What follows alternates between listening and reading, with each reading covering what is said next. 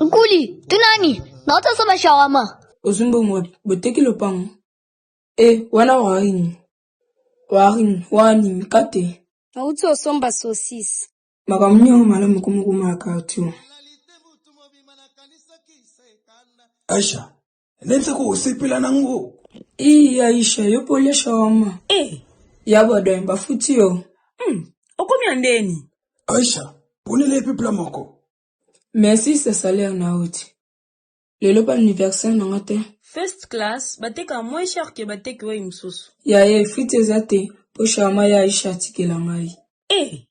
Frites ezali. Tozali pe na saucisse, poulet, cuisse, ziézié, poisson salé, samoussa, na ba shawarma nyonso. Bien, ce qui pesa nga frites, saucisse, poulet, na samoussa. Tantine, bilo kitoko mais batakomi msuba occupe au tête.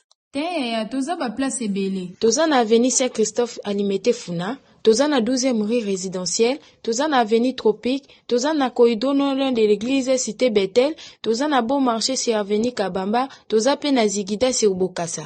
Merci yabo edo na sepelia. Nkuli owela nini? Bino watika na bino, adale na pa na malibala. Yo okomi complice ya Aisha likolo ya soso. Koko yolia na nolo basima. Aisha c'est importante. Ya shebo tumba soso. Eza first class takai. Ngai, sina bota matena ngana nyonga.